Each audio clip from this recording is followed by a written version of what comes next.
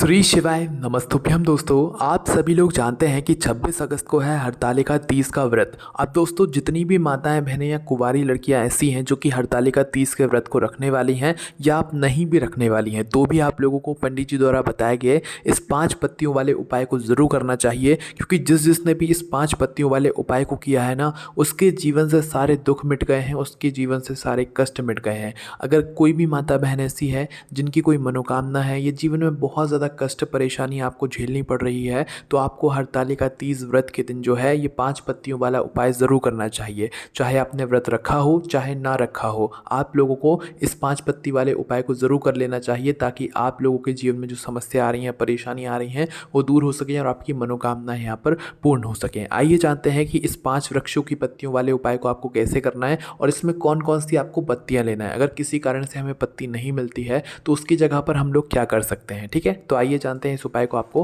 कैसे करना है। सबसे पहली चीज़, हरतालिका तीज व्रत के दिन सबसे ज़्यादा अगर विशेष महत्व किसी का होता है तो वो फुलेरा का होता है। फुलेरा क्या होता है? जहाँ जहाँ पर भी हरतालिका तीज व्रत की पूजन होती है, जहाँ पर बालू रेत का या मिट्टी का शिवलिंग बनाया जाता है, उस शिवलिंग के ऊपर एक फुलेरा बांधा जाता है, ठीक है। जो फुलेरा शिव जी के 5 बेटियों के नाम का एक तरीके से यहाँ पर भाव रहता है। उसमें 5 फूल और पत्तियों की लड़ियाँ होती हैं और जो कि शिवलिंग के ऊपर यहाँ पर लटकी हुई होती हैं। तो अगर आप लोगों ने हरतालिका तीज का व्रत रखा हो चाहे ना रखा हो, पर अगर आप इस दिन मात्र आप फुलेरा का दर्शन भी कर लेते हैं ना, तो इससे आपकी कई सारे पाप मिट जाते हैं, कई सारे दुख और परेशानियां आपकी ऐसे ही यहाँ पर समाप्त हो जाती हैं। तो हरतालिका तीज का व्रत रखने वाली माताएं बहनों तो उस फुलेरा का दर्शन करेंगी ही करेंगी, पर साथ ही में जो ना व्रत कर रही हूँ वह भी हरतालिका तीज व्रत के दिन जो है फुलेरा के दर्शन करने ज़रूर जाएँ। आपके आस पड़ोस में जहाँ पर भी हरतालिका तीज व्रत की पूजन हो रही हो, वहाँ पर जाकर आप मात्र फुलेरा का दर्शन करके अपनी मनोकामना वहाँ पर बोल सकते हैं। वैसे दोस्तों, 5 जगह का फुलेरा का दर्शन करने का विशेष यहाँ पर महत्व बताया गया है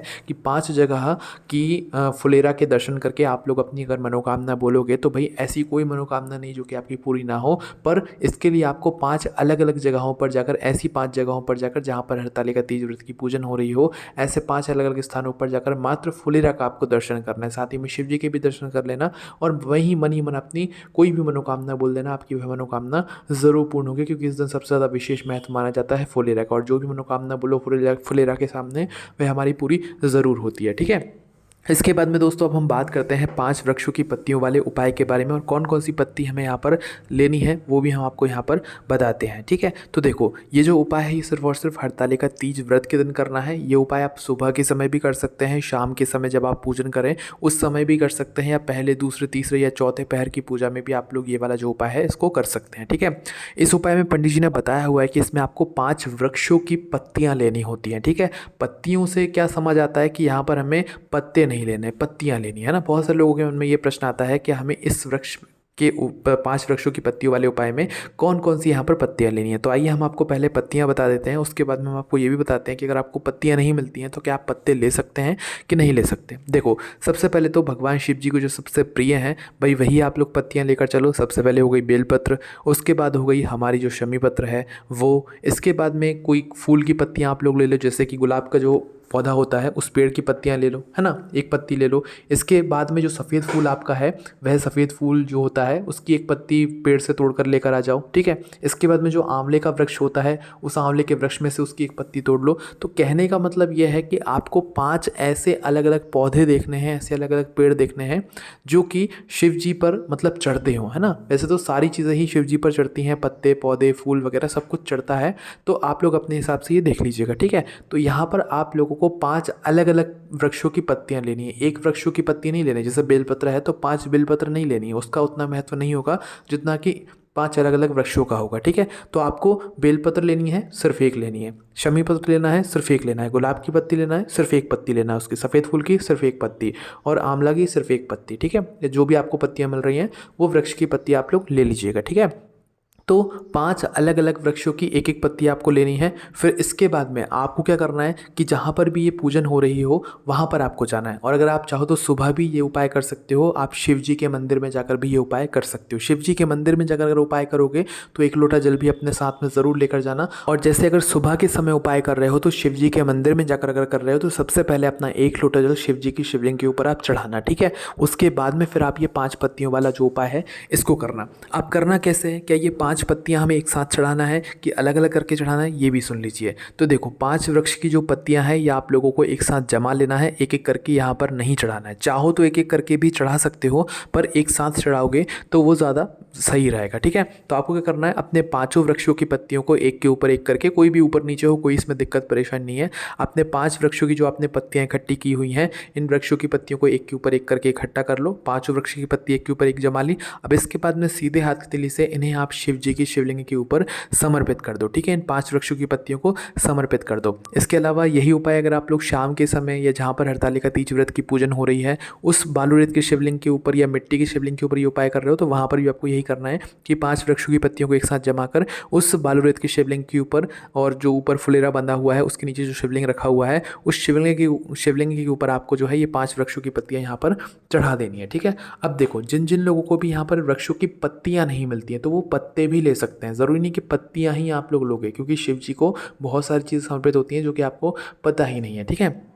तो यहाँ पर आपको कौन से 5 वृक्ष के पत्ते यहाँ पर आप ले सकते हो, जैसे कि सबसे पहले आम का पत्ता, ये भी होता है ना, आम का पत्ता हो गया, बरगद का पत्ता हो गया, है ना। इसके बाद जो अमरूद होता है भी होती है उसका पत्ता हो गया, है ना। इसके बाद में ऐसे बहुत तरीके के वृक्ष हैं जो कि शिव जी को बहुत प्रिय होते हैं और शिव जी से जुड़े हुए ये पेड़ पौधे होते हैं। इसके अलावा पीपल का भी पत्ता यहाँ पर होता है। इसके अलावा जो भी खाने वाले फल होते हैं उनकी भी आप लोग यहाँ पर पत्ते या पत्तियाँ ले सकते हैं, ठीक है। ज़रूरी नहीं कि सिर्फ पत्ती ही लोगे, आप पत्ती के साथ में पत्ते भी ले सकते हो। जैसे कि आपने बेलपत्र ले ली, शमी पत्र ले ली, अब आप चाहो तो पीपल का पत्ता भी ले सकते हो, बरगद का पत्ता भी ले सकते हो, ठीक है। तो आप लोगों को कुल मिलाकर 5 तरह के अलग अलग पेड़ों के अलग अलग वृक्ष के पत्ती या पत्ते जो है यहाँ पर इकट्ठा करना है और उसके बाद में आपको ये वाला जो उपाय है ये करना है, ठीक है। एक माता बहन को एक ही बार ये उपाय करना है, चाहे सुबह कर लो चाहे शाम को, जो है हरतालिका तीज व्रत की पूजन में जो फुलेरा के नीचे शिवलिंग बना हुआ हो, बालू रेत का या मिट्टी का शिवलिंग, उस शिवलिंग पर भी आप लोग ये 5 वृक्षों की पत्तियों वाले उपाय को यहाँ पर कर सकते हो। तो आप लोग समझ गए कि आपको कोई भी 5 अलग अलग पेड़ों के पत्ते यहाँ पर लेने हैं, पत्ते ना हो तो पत्तियाँ लेनी है, और पत्ते और पत्ती दोनों मिलाकर भी आप लोग ले सकते हो, और दोनों पत्तियों को मिलाकर या 5 वृक्षों के अलग अलग पत्ते को लेकर या पत्तियों को लेकर आपको एक साथ जमा कर उन्हें शिव जी पर चढ़ा देना है और अपनी जो भी मनोकामना है वह बोल देना है। ये उपाय आप लोग व्रत रख कर भी कर सकते हो, बिना व्रत रख कर भी यहाँ पर कर सकते हो, ठीक है। तो हमने आपको वृक्षों की पत्तियों के नाम भी बता दिए और पत्तों के नाम भी बता दिए कि कौन कौन से पत्ते या पत्तियाँ आप लोग यहाँ पर ले सकते हो। अब जिसके पास पत्तियाँ ना हो, पत्ते ना हो, वो पत्ते की व्यवस्था ना कर पाए, पत्तों की व्यवस्था ना कर पाए, तो उस जगह पर पंडित जी ने एक चीज़ और बताई है कि जो पत्तियों की व्यवस्था ना कर पाए, 5 तरह के वृक्षों की पत्तियाँ शिव जी पर इस दिन ना चढ़ा पाए, तो वो 5 तरह के अलग अलग फूल इस दिन शिव जी पर अगर चढ़ाएगा तो उसकी भी मनोकामना यहाँ पर पूर्ण ज़रूर होगी, ठीक है। तो 5 तरह के फूलों के नाम भी हम आपको बता देते हैं। सबसे पहले यहाँ पर आता है भगवान शिव जी का सबसे प्रिय सफ़ेद फूल, इसके बाद आता है कनेर का फूल, इसके बाद आता है लाल फूल यानी कि आप गुलाब का फूल इसे समझ सकते हो,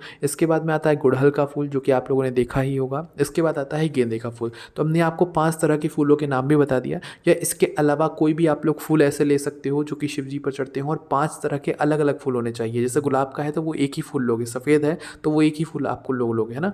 5 अलग अलग आपको फूल लेने हैं ना। उसके बाद में ये फूल भी आप लोगों को शिव जी के ऊपर जाकर आपको चढ़ा देने, एक साथ ना चढ़ा पाओ तो एक एक करके भी ये फूलों को चढ़ा सकते हो। और वृक्षों की पत्ती भी आप चाहो तो एक एक करके चढ़ाओगे तो भी उसमें कोई दिक्कत परेशानी यहाँ पर नहीं है। तो इस तरीके से आप लोगों को 5 तरह के फूल चढ़ाकर भी आप अपना ये जो उपाय है हरतालिका तीज व्रत के दिन कर सकते हैं। चाहो तो मंदिर में कर सकते हो, चाहो तो शाम के समय जब पूजन करने के लिए चाहो हरतालिका तीज व्रत की, तो वहाँ पर जो शिवलिंग बना हुआ हो वहाँ पर भी आप लोग अपना ये जो उपाय है इसे कर सकते हो। और वैसे अगर हम आपको कहें तो ये उपाय आपको हरतालिका तीज के व्रत में जो शिवलिंग बना हुआ हो उसी शिवलिंग के ऊपर करना चाहिए, तो आपके लिए ज़्यादा यहाँ पर बेहतर रहेगा। तो इस तरीके से दोस्तों हरतालिका तीज व्रत के दिन आप लोगों को जो है 5 वृक्षों की पत्तियों वाले उपाय को यहाँ पर करना है। हमने आपको सारी जानकारी यहाँ पर दे दी है। ये उपाय विशेष रूप से मनोकामना पूर्ति का है। इसके अलावा अगर आपके मन में कोई भी प्रश्न है तो हमसे कमेंट करके पूछ सकते हैं। और ये उपाय माताओं बहनों के साथ में कोई घर के बड़े हैं, पुरुष हैं जो कि हरतालिका तीज व्रत की पूजन में जा रहे हैं, फुलेरा के दर्शन करने के लिए जा रहे हैं, तो वह सभी लोग भी ये वाला उपाय कर सकते हैं। और सीधी सी बात है, सुबह मंदिर जाओ तो 5 तरह के वृक्षों की पत्तियाँ या पत्ते पहले से तोड़ कर रख लेना,